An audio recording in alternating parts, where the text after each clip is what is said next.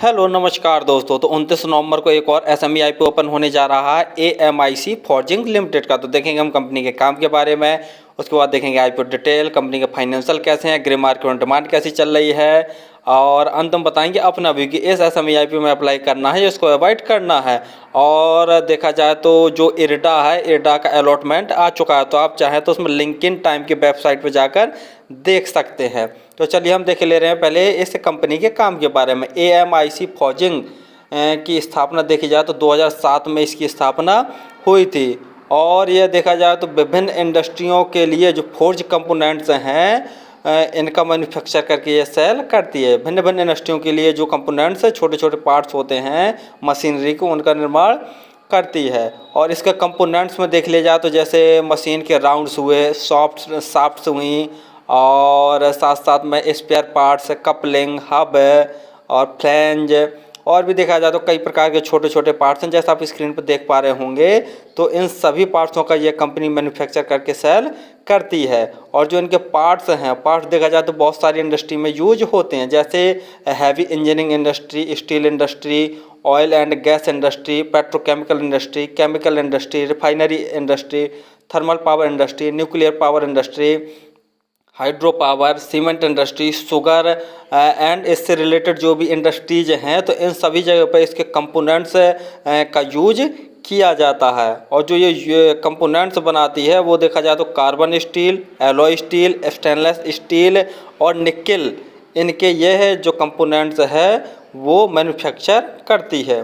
तो काम तो लगभग आपको समझ में आ गया होगा। इंडियन रिन्यूएबल एनर्जी का जो अलॉटमेंट था यानी इरेडा का अलॉटमेंट आज आ चुका है, और उसका देखा जाए तो अलॉटमेंट लिंक्डइन टाइम की वेबसाइट पर आ चुका है। जैसा देख रहे हैं यहाँ लिंक्डइन टाइम पर क्लिक करेंगे, जैसे लिंक्डइन टाइम पर क्लिक करेंगे तो इस प्रकार से वेबसाइट खुल जाएंगे। तो जिसमें अलॉटमेंट स्टेटस लिखा है लिंक्डइन टाइम की वेबसाइट के नीचे, उस पर ही क्लिक करना। जैसे हमारी पहली वेबसाइट में लिखा हुआ तो इसमें क्लिक कर देंगे। क्लिक करने के पश्चात यहाँ पर आ जाएगा और यहाँ पर आपको अपना पैन नंबर भर देना हो। जैसे यहाँ पैन नंबर यहाँ कुछ भी आप डालेंगे और उसके बाद यहाँ सर्च कर देना तो वो शो करने लगेगा। कंपनी का काम तो लगभग आपको समझ में आ गया होगा। चलिए अब देख ले रहे हम आईपीओ की डिटेल के बारे में। आईपीओ 29 नवंबर को ओपन होने जा रहा है और 1 दिसंबर तक यह ओपन रहेगा। प्राइस बैंड देख ले रहे हैं तो 121 से 126 के बीच में रखा गया है। और पहले भी हम कई बार बता चुके हैं कि जब भी आप आईपीओ एसएमई आईपीओ अप्लाई कीजिए तो हायर प्राइस बैंड पर ही अप्लाई कीजिए, अर्थात आपको 126 रुपये प्राइस बैंड भरकर ही इस एसएमई आईपीओ को अप्लाई करना है। लॉट साइज देखे ले रहे हैं तो 1000 शेयरों का एक लॉट है। टोटल इशू साइज देखे ले रहे हैं तो 34.8 करोड़ इस एसएमई आईपीओ को टोटल इशू साइज रखा गया है, जिसके तहत पूरे के पूरे जो फ्रेश इशू नए शेयर जारी करेगी, अर्थात पूरा पैसा कंपनी के ग्रोथ के लिए ही काम में जाएगा। लिस्टिंग इसकी देखा जाए तो बीएसई एसएमई पर होगी। और यदि रिटेल कैटेगरी में आप एक लॉट अप्लाई करेंगे तो उसके लिए आपको 1,26,000 रुपये खर्च करने पड़ेंगे। रिटेल कैटेगरी में मैक्सिमम आप एक ही लॉट अप्लाई कर सकते हैं। यदि आप एचएनआई कैटेगरी में अप्लाई करना चाहते हैं तो कम से कम आपको 2 लॉट अप्लाई करने पड़ेंगे, जिसके लिए आपको 2,52,000 रुपये खर्च करने पड़ेंगे। रिजर्वेशन में देखे ले रहे हैं क्यूआईबी के लिए 50% का रिजर्वेशन, रिटेल भाइयों के लिए 35% का रिजर्वेशन, और जो एचएनआई कैटेगरी में अप्लाई करेंगे यानी एनआईआई उनके लिए 15% का रिजर्वेशन रखा गया है। और शेयर होल्डिंग पैटर्न में देखे ले रहे हैं तो जैसा प्रमोटर होल्डिंग देख रहे हैं आईपीओ आने के पहले 78.38% थी, और आईपीओ आने के बाद जो इनकी प्रमोटर होल्डिंग बचेगी वो 57.74% जैसी बचेगी। पी देखे ले रहे हैं तो 9.18 है। कंपनी का मार्केट कैप 132 करोड़ का है। आरओई 71.25%, आरओसी 55.78% है। डेब्ट ऑन इक्विटी देखते हैं तो 0.26, ईपीएस 12.83 है। यानी कंपनी का आरओई और आरओसी देखा जाए तो बहुत दमदार है। पहले भी हम कई बार बता चुके हैं किसी भी एसएमई अगर कोई आईपीओ आता है और उसका आरओसी और आरओई देखा जाए तो लगभग 30% से ज़्यादा है तो कंपनी ठीक ठाक मानी जाती है।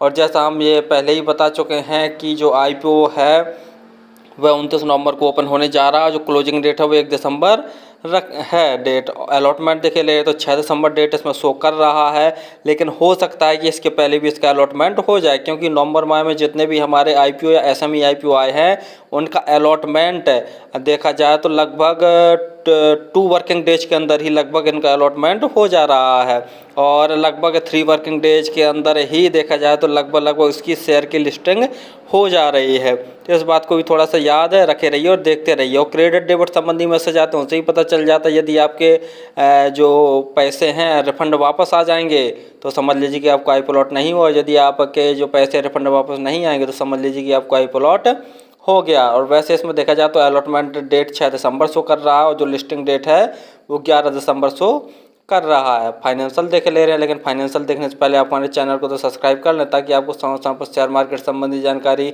आईपीओ संबंधी जानकारी तथा एसएमई आईपीओ संबंधी जानकारी मिलती रहे। तो कंपनी के एसेट देख रहे हैं साल दर साल लगातार बढ़ रहे हैं और जो ऑल अमाउंट दिए हुए हैं वो सभी के सभी लाख में दिए हुए हैं। रेवेन्यू देखते हैं, मार्च 2021 में कंपनी का रेवेन्यू 2643 लाख का था। मार्च 2022 में बढ़कर कंपनी का रेवेन्यू 7138 लाख का हो गया। मार्च 2023 में 11683 लाख का टोटल रेवेन्यू। और जून 2023 तक देखे ले रहे हैं, यानी मार्च से अप्रैल मई जून 3 महीने के अंदर ही कंपनी ने 2979 लाख का टोटल रेवेन्यू जनरेट कर लिया। यानी रेवेन्यू में काफ़ी अच्छी ग्रोथ देखने को मिल रही है।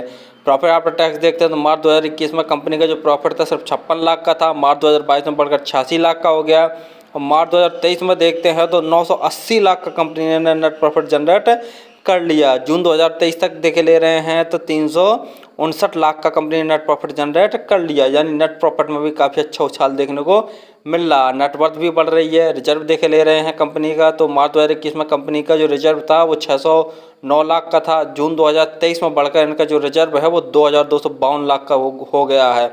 बोरिंग देखते हैं तो मार्च 2021 में कंपनी की बोरिंग 436 लाख की थी और जून 2023 में देखते हैं तो इनकी बोरिंग 287 लाख की बची है। यानी रिजर्व बढ़ा है और बोरिंग कम हुई है। और वैसे भी देखा जाए तो बोरिंग नाम मात्र ही है, जब भी चाहेगी अपने रिजर्व से चुका लेगी। तो ये दो बहुत पॉजिटिव पॉइंट वाली बात है। कंपनी अपना रिजर्व भी बढ़ा रही है और बोरिंग को भी कम कर रही है। जीएमपी ग्रे मार्केट प्रीमियम देखे ले रहे हैं तो अभी तक इसकी ग्रे मार्केट में कोई भी डिमांड निकल के नहीं आई है। तो हो सकता है कि मंडे के दिन इसकी ग्रे मार्केट में डिमांड निकल के आ जाए, क्योंकि फाइनेंशियल तो कंपनी के काफ़ी ठीक ठाक हैं। फाइनली हमने देखा कि जो कंपनी का काम है वो जो मशीनरी के छोटे छोटे पार्ट्स होते हैं उनका मैन्युफैक्चर करके सेल करती है। तो कंपनी का काम तो बहुत बढ़िया है, लेकिन कंपटीशन वाला बहुत ज़्यादा है, क्योंकि इस प्रकार की शेयर मार्केट में बहुत सारी कंपनियां लिस्टेड हैं। और देखा जाए तो यह बहुत छोटी सी कंपनी है। दूसरा देखे ले रहे हैं कंपनी का फाइनेंशियल बहुत दमदार है। साल दर साल रेवेन्यू में ग्रोथ देखने को मिल रहा है, प्रॉफिट आफ्टर टैक्स में भी ग्रोथ देखने को मिल रहा है। कंपनी के पास रिजर्व भी काफ़ी ज़्यादा है और बोरिंग देखा जाए तो नाम मात्र है, यानी चुटकियों में चाहे जब भी चुका सकती है। तीसरा नेगेटिव पॉइंट है, जैसे यहाँ देख रहे हैं कि जो कंपनी की ग्रे मार्केट में डिमांड है अभी तक निकल के नहीं आई है। तो यदि हो सकता है मंडे तक इसकी ग्रे मार्केट में डिमांड निकल के आ जाए। तो अभी तो कोई ग्रे मार्केट में डिमांड निकल के नहीं आई है। यदि ग्रे मार्केट में डिमांड लगभग 25% से ज़्यादा है या 25 से 30% के आसपास, तभी इस एसएमई आईपीओ में अप्लाई करने की सोचिए, अन्यथा इसको अवॉइड ही कीजिए। और फिर भी किसी आईपीओ या एसएमई आईपीओ में अप्लाई करें तो अंतिम दिन ही किया करें, वो भी सब्सक्रिप्शन देख लिया करें। सब्सक्रिप्शन के साथ साथ में जीएमपी भी देख लिया करें और अपने रिस्क पर और स्वयं का एनालिसिस करके ही किया करें। धन्यवाद।